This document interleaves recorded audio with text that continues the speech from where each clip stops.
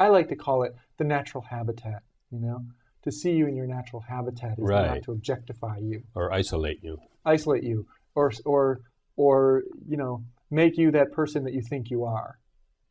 That's worse. And not only make you, but reinforce that. Reinforce that. Reinforce the person who you think you are. Right.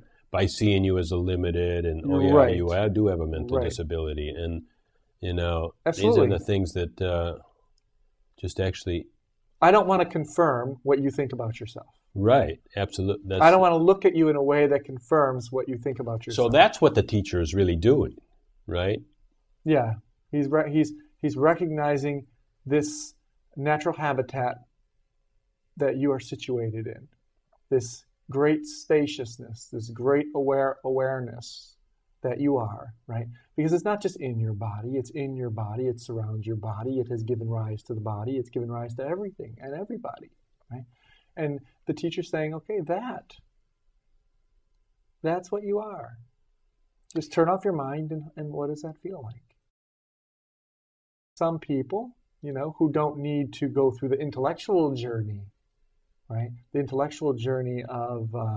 building a bridge and the heart crosses it, right? Or understanding, who am I, self-inquiry. They don't go through that. Some people, they go through the devotional, through the bhakti way.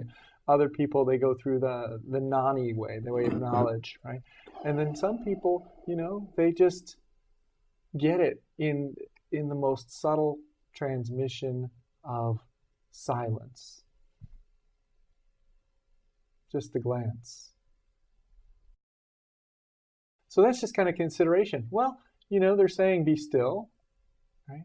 Or that even more so, right? What's watching movement is still, right? What's aware of movement is stillness, right? So let me check that out. Let me see if that's true. And it only takes 1 second, because there's something moving in each moment. Right? There's something changing in each moment. Thoughts are changing, maybe emotions. We were saying that. Everything is in a true encounter, or in an essential encounter, we were saying everything is in motion. Right. Which was kind of a mind blower for me because I'd never really looked at it that way. Okay. So what isn't in motion, right? Whatever is, whatever seems to be aware of all of this. Well, the awareness is not in emotion. Not in motion. And yet, it is in motion, It's not in motion as the unmanifested awareness, but as the manifested awareness, it's creating all the movement, all the motion, and all the things. Well, we're saying all the content is always in motion. Right, and there's no difference between the content and the contentless, because there's no separation between the two, because it's somehow the content comes out of the contentless, right? I mean, emptiness is form, form is emptiness.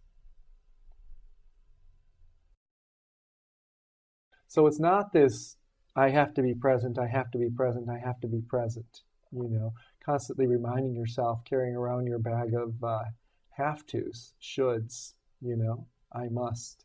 And if I don't succeed, I somehow failed, It's not that. It's, don't think about you or someone who has to try to be more present. It's just right now, be present. That's instantaneous. Right now, be present, right? And when you are present, right, who are you? Somehow I have to be present, and I have to remind myself, and I have to use these tools. I have to be more present. And stuff like that. It seems old to me now. It's not that old either, if it's weeks or months or something, but somehow I just got it that really has no utility whatsoever. Right. It's just totally non-functional, totally counterproductive, totally more of the same with another, with a little more holier slant on it. Well, Eckhart says the same thing, right? He says more time isn't going to give you more timelessness. He said that. That's really good. It's great. God, I didn't hear him say that. Yeah, nobody hears the real teachings. Only the people. It takes a teacher to hear the teachings. It really does. It takes a teacher to hear the teachings because the ego hears the teachings and wants to spin it into some sort of egoic understanding, right? Of I. Okay, I read the book. Okay, now I make my list, right? This is what I have to do To become more present, right? See that word, the operative word, become, right? To become more present, I have to do this, this, this, this, and this, right? And as a result, my life will improve in this way, this way, this way, and this way. But no, that's postponement, and that's setting yourself up for some sort of involvement in an egoic story of waking up and going back to sleep, right? It doesn't have to be there at all, right? Just right now, with great immediacy, be present, right? And then just have the simple curiosity that when you're present, who are you? The moment you're present, who are you, right? Now I ask you this question, right? You're present. Who are you? When you're present, your presence. That's a real encounter. Yeah, don't have a to-do list. Don't have a to-do list, and don't have an itinerary, of when you're, you have to do your spiritual practice here and there, because like Papaji says, it takes an ego to do practice, right? Your practice story is all about you progressing, right, and regressing.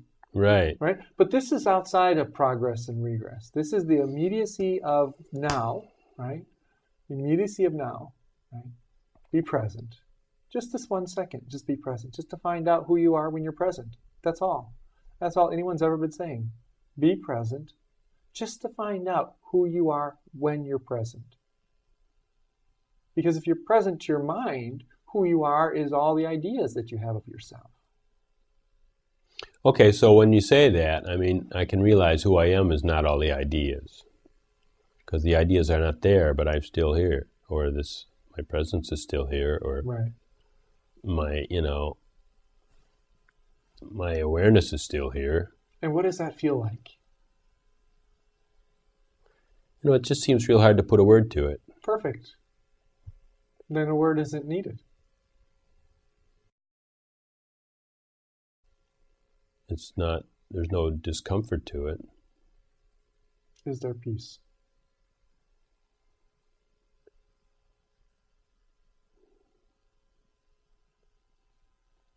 It's almost like it's not a consideration, Right, because it's not a consideration. That's why there is there's peace. no turmoil, That's why there is peace. Peace isn't something. It's it isn't. There's nothing. Peace is nothing, Yeah. Peace is not really a thing. Right, peace is not a thing. Peace is a no thing. It's a no thing. Yeah. So it's like, is there peace? No, of course there's no peace, Who needs it? Who needs it? Right, you don't need peace when you have peace.